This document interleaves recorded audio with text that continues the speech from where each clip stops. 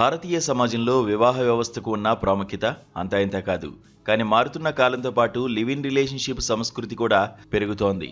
అయితే దీనిపై సామాన్యుల్లో అనేక అపోహలు ఉన్నాయి. ఈ నేపథ్యంలో అలహాబాద్ హైకోర్టు ఇచ్చిన 2 భిన్నమైన తీర్పులు ఇప్పుడు దేశవ్యాప్తంగా చర్చనీయాంశమయ్యాయి.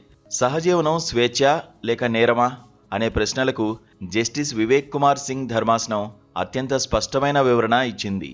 మొదటి కేసులో వేర్వేరు జిల్లాలకు చెందిన సుమారు 12 మంది యువతులు తమ భాగస్వాములతో కలిసి జీవిస్తున్నారు. వీరంతా మేజర్లు. అయితే వీరి నిర్ణయాన్ని వ్యతిరేకిస్తూ కుటుంబ సభ్యులు బెదిరింపులకు పాల్పడుతుండటంతో వారు కోర్టును ఆశ్రయించారు. ఈ సందర్భంగా న్యాయమూర్తి కీలక వ్యాఖ్యలు చేశారు. సహజీవనం అనేది కొంతమందికి అనైతిక ప్రవర్తనగా అనిపించవచ్చు, కానీ చట్టం దృష్టిలో అది నేరం కాదని తేల్చి చెప్పారు. భారత రాజ్యాంగంలోని ఆర్టికల్ 21 ప్రకారం ప్రతి వ్యక్తికి జీవించే హక్కు, వ్యక్తిగత స్వేచ్ఛ ఉంటాయని, వారు ఎవరితో కలిసి ఉండాలనేది వారి వ్యక్తిగత నిర్ణయమని కోర్టు పేర్కొంది. వారి రక్షణ కోసం తక్షణమే చర్యలు తీసుకోవాలని ఆయా జిల్లాల ఎస్పీలను కోర్టు ఆదేశించింది.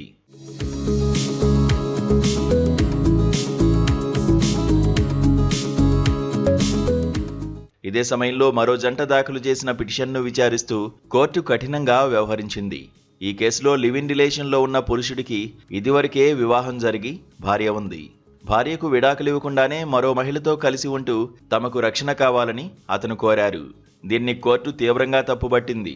వ్యక్తిగత స్వేచ్ఛ అనేది సంపూర్ణమైనది కాదు, అది సామాజిక నియమాలకు, అవతలి వ్యక్తి హక్కులకు లోబడి ఉండాలని కోర్టు స్పష్టం చేసింది.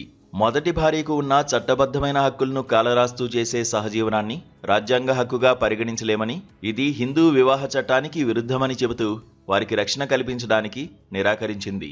ఈ తీర్పుల సందర్భంగా న్యాయమూర్తి ఒక ఆసక్తికరమైన విశ్లేషణ చేశారు. మన దేశం ఎప్పుడూ కొత్త భావజాలాలను, పాశ్చాత్య సంస్కృతిలోని మార్పులను స్వాగతిస్తుందని తెలిపారు. లివ్ ఇన్ రిలేషన్ అనేది పాశ్చాత్య దేశాల నుండి వచ్చిన భావజాలమే అయినప్పటికీ అది నేటి యువతలో ఒక ఆమోదయోగ్యమైన మార్గంగా మారుతోందని అన్నారు. అయితే ఈ స్వేచ్ఛ పేరిట వ్యవస్థను చిన్నాభిన్నం చేయకూడదని హెచ్చరించారు. వివాహం కాని వారు కలిసి ఉండడం వారి ఇష్టమని, కానీ పెళ్లైన వారు విడాకులు తీసుకోకుండా సహజీవనం చేయడం చట్టపరమైన నేరంగానే పరిగణించబడుతుందని ఈ తీర్పుల ద్వారా అర్థమవుతోంది.